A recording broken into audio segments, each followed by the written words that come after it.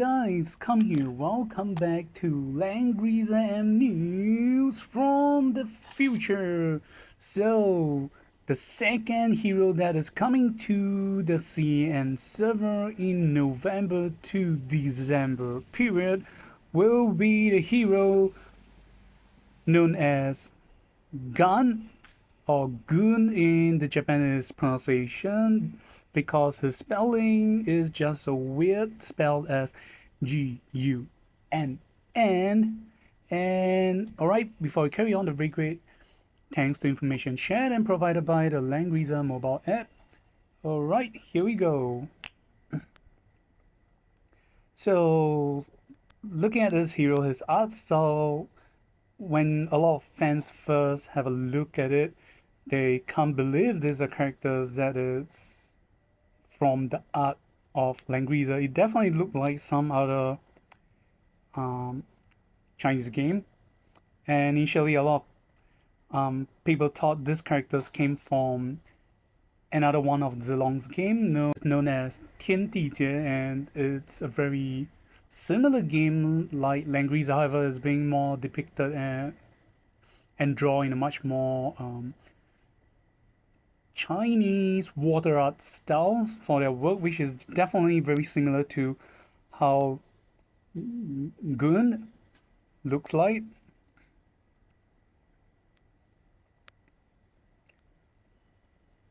And okay, before we go through some details, I think everyone will be loving or hating these characters because he's voiced by none other than this person who, after his death, reincarnated into Gun.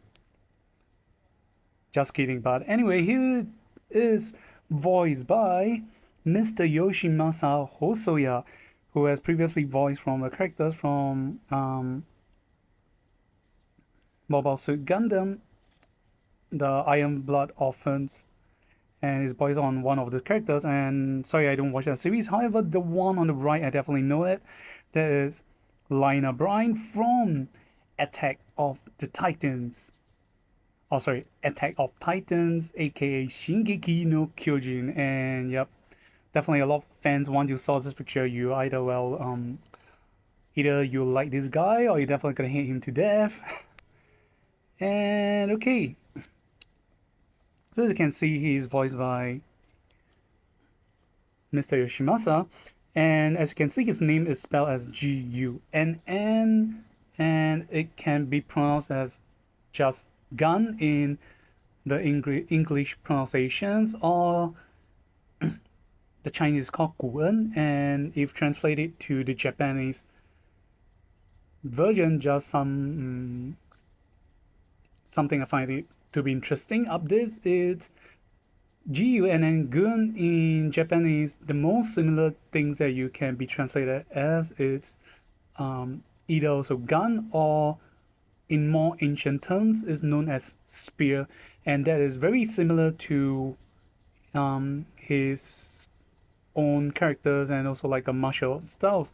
And alright, we'll be going through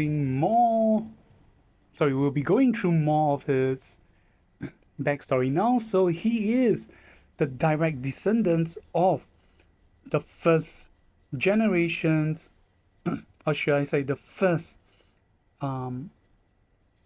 demi-human king, or in other mythical law we call it, some call it the demi-human king, or the Beastman king or Beast king. So yep, so he's kind of like definitely not a pure human. He's definitely of like a mix, more of a beast king. So he excels in not just fighting styles, great fighting styles, and at the same time he has a very kind and human heart, and he is known as the White Wolf King. And every place where he visits, there will be a legacy of his heroic act and his stories of justice that he has helped the people that he passed by. Then apparently he trained his skills and his will at this place that is loosely translated as the heart of the mountain pulse. So it is also this place, aside from training his skills and his determination and will, the heart of the mountain pulse also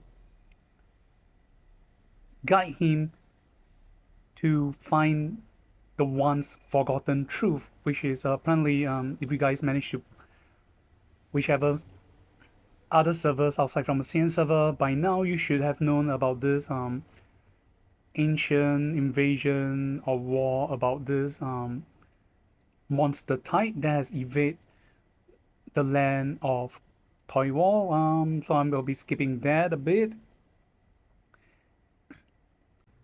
And not only that, he also will need to bring forth and carry on his predecessor's hope to fight against the impending destiny that's to come. And his motto is to fight for Askaria and also for Tova, or especially for Tova. So Askalia should be the kingdom that, or the faction of kingdom that he belongs to. Then, but at the same time, he's also fighting for the whole of Toiwar. So last but not least, the White Wolf King Gun will fight for the sake of Askalia and Toiwar in the name of the heart of the mountain pulse will. So sorry about it. It's not that easy to translate this part. Apologize. Okay, and last but not least, let us hear how he sounds like before we move on to the next part. アスカリア、大和森の国。ここに制約はなく、来歴も問わない。放浪は亜人の天性であるからな。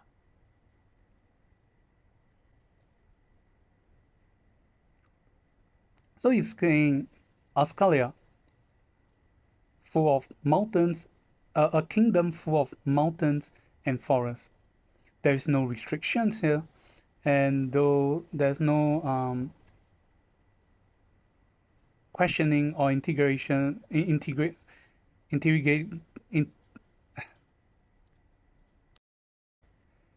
So apparently he's saying Askalia, a kingdom full of mountains and forests.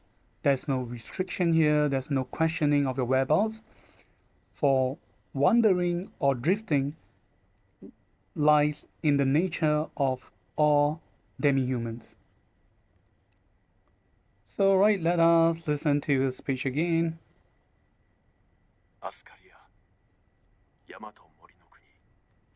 ここに制約はなく、来歴も問わない。放浪は亜人の天性であるからな。And the next thing it will be funny is that if you try to imagine this is actually a speech said by Reiner before he tried to, well, murder everyone in the war. Oh, sorry. Before we carry on to the one last part, this is the related heroes, the relationship he has with. So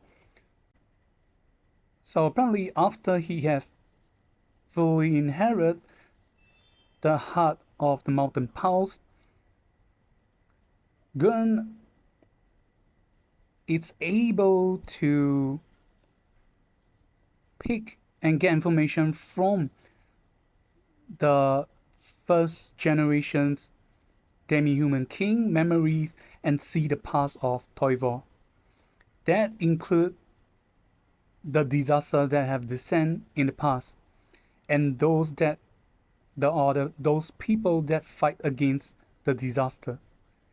And inside of this group of people, he saw, and that includes this old emperor or just this emperor, known as Tyrant Tier.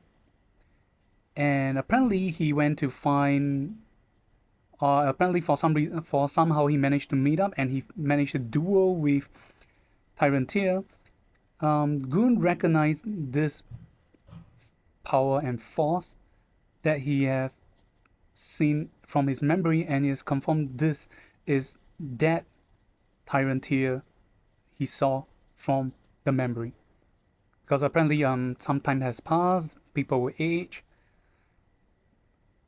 and the both of them decide to enter the heart of the Molten Pulse together into its inner border to find the truth. And both of them came to an agreement that they will work hand in hand to unveil the forgotten past of Toy War. And they kind of like become great allies or brothers in arms from this point on. Then he also has a relationship with Patricia, so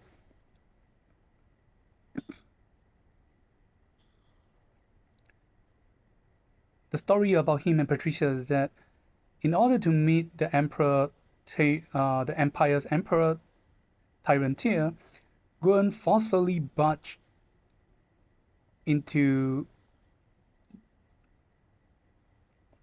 the camp of the Empire factions who is fighting in the mountains.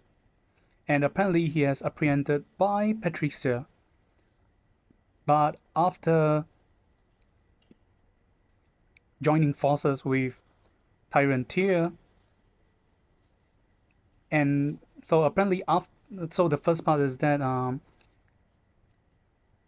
he tried to force his way to find Tyrantia, then he was captured by Patricia, then afterwards he became an ally, and when Patricia falls into a trap and land herself in danger by Hoffman from the Cyberic Empire during the war, Gun is the one who came to assist her and save her from the surrounding force of the Cyberic army. So, okay, this is his chibi art by Grandeliana Mao Xiao 2. And okay, I know the next part will be now going to his faction talent and also 3C. But before that, another interesting things to share with you guys. Finally, after a long time, we have some weird new Langrisser meme. And this is a meme about Gun, Emperor Tyrantia, and also Patricia. And it involves some possible weird love relationship that's to come. And here we go. So, alright, just three pictures to share with you. So apparently this is during the latest art of the story. This is some of the drawings and pictures. So I'm not sure this Dark Pegasus on the skies belongs to which factions. Definitely I feel is belonging to the Empire factions because, well, Hoffman and Asha has been surrounded by them. Then next, so apparently Hoffman lay a trap and he managed to surround Patricia, as you can see in the middle here, despite she displays amazing fire skills, but well, she's being captured. And last but not least, because of this art, this is a art that fans make a joke about it. So as you can see, Guan bunched into the enemy's formations and save well, what seems like a dying Patricia. And wow, okay, look at how big his hands are, look at how small those tights and waists are. So apparently he managed to save her, and so fans apparently make a comment or joke and kind of like become a meme that apparently eventually Patricia will fall in love with Gun. They might be a couple. Then apparently this might take Emperor Tyrantia off because as a Chinese saying goes, 我把你当兄弟，你既然想要当我女婿, and that means Emperor Tyrantia will say this: I treat you like a brother, and yet you try to become my son-in-law, you bad dude. So yep, and that's it. Alright, back to the character skills, factions, entry C. Alright, took us a while back there, and now we are back. And alright guys, watch to the end of this video for the translations that I've done for you if you're interested. And well, if not, you can just hear me out. And alright, Gun or Gun, here we go.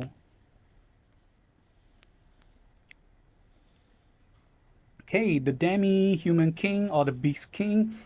Well, he's from the strategic faction, Meteor and Yellers, and this means that he's not able to receive the faction buff from Dragon Mom of the mythical realm.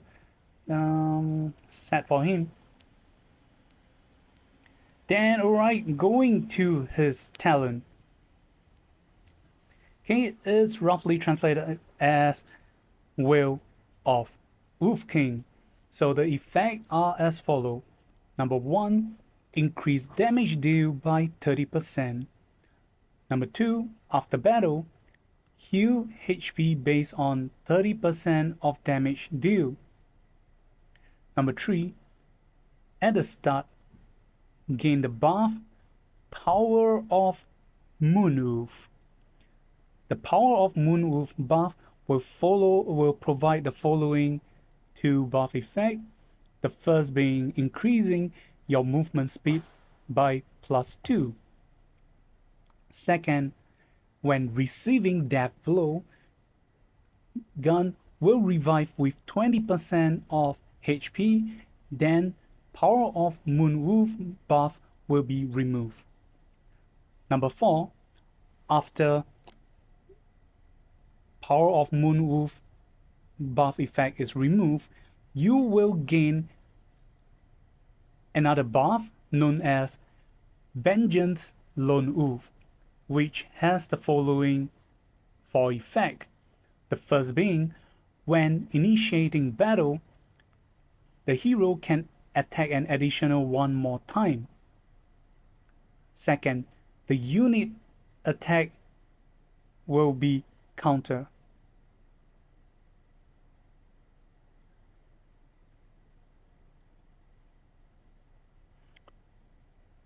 Then reflected damage will be reduced by 100%, and fourth, not able to receive healing from allies. So there are quite some downsides here.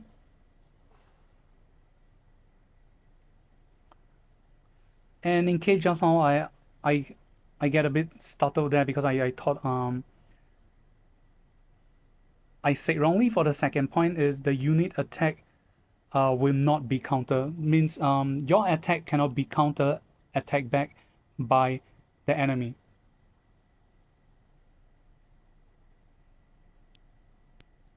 So yeah, apparently I'm right. Okay, the fifth effect, when you enter, if your unit HP is no lower than 80%, Vengeance Lone Wolf effect, buff effect will be removed, and then you gain back the buff Power of Lone Wolf again. 6. Each time Vengeance Lone Wolf buff effect is being removed, the healing effect you received will be reduced by 30%, and it can be accumulated. 7. All above mentioned effect cannot be immune nor dispel.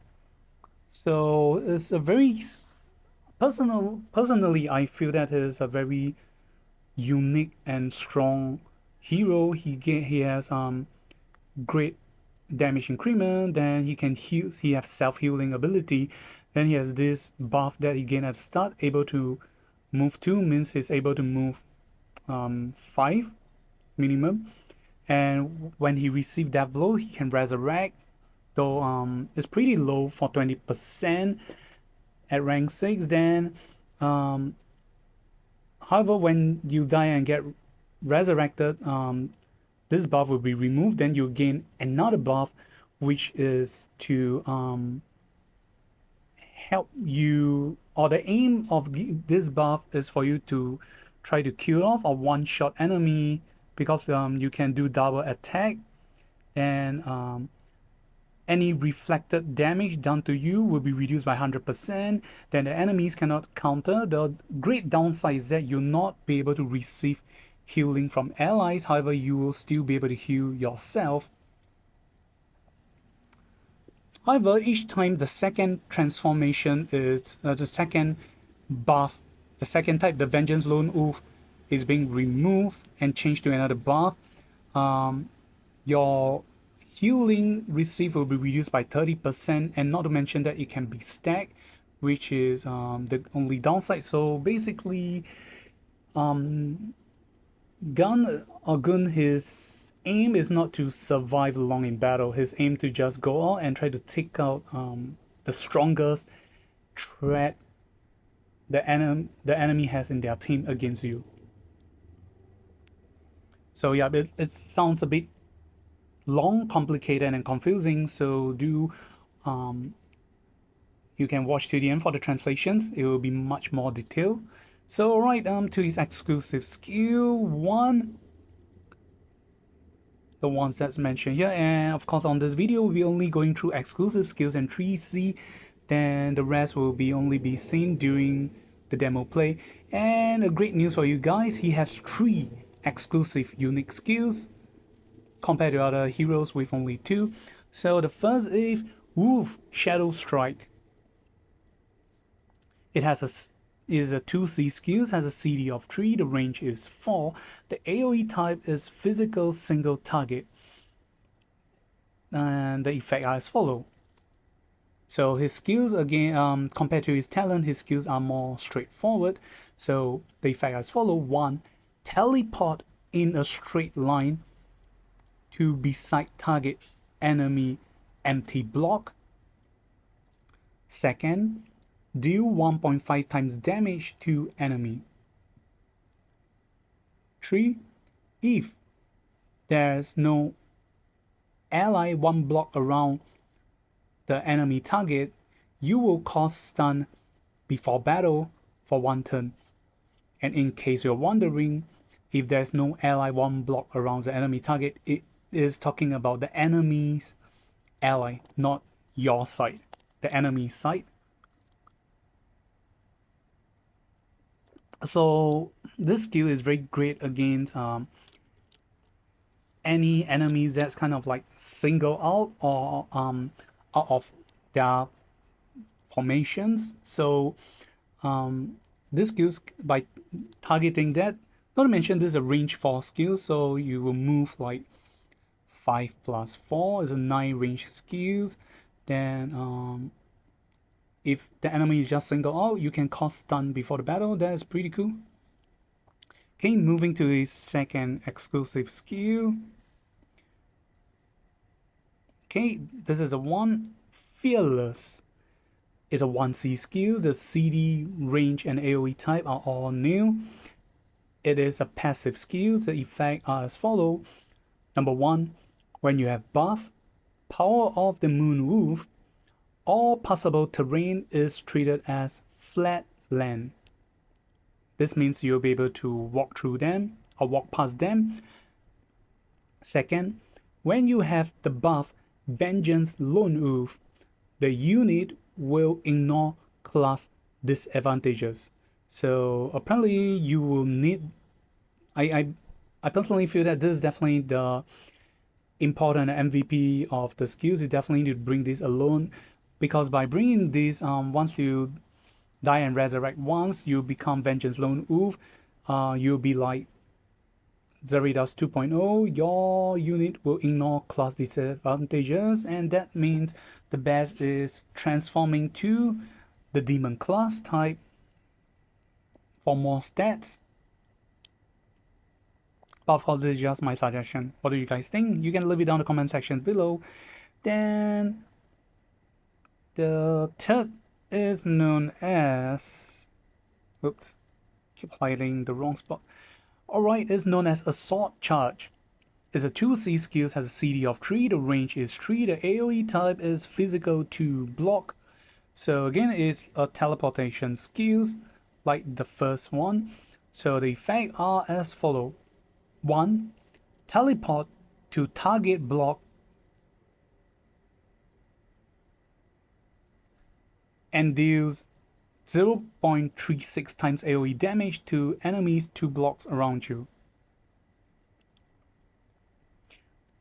2. Damaged enemies will lose their armor effect, excluding HP for 2 turns. This will only happen in PvP. So 3. When in non-PvP, facing non-PvP players or enemies, the effect will be replaced as reduce enemy defense by 25% for 2 turns. 4. Each enemy damage will heal 20% of your unit HP in return, and the max is capped at 60%, so it means the maximum you need to deal is just 3 enemies and you reach your max healing cap, which is 60% of your HP. There's, I gotta say, it's quite good. A lot of self-healing skills. Then moving to last but not least, the 3C. K is known as Soulbreak Fierce Howl or Desolation Fierce Howl. So it has both passive and active. It is a skill with a CD of 4. The range is 1 block. The AoE type is physical single target. So for the passive, the effects are as follows. Number 1, if you normal attack in battle, reduce all skills CD by 1 after battle. Oh gosh, this is pretty cool, man. Okay, you definitely don't have to go with clock enchantment for this guy, because as long as you go into battle, normal attack and go into battle, all the skills you bring along will be reduced by 1. This is like a generic cooldown. It's not just for the specific skills, but for all. This is pretty nice, which most of the heroes I had has these skills. Then moving to active. Number 1, attack and deal 1.8 times damage to target enemy. 2, dispel 5 buff from enemy before battle. 3, after battle, deal fixed damage based on 25% of the lost HP value by the enemy or of the enemy.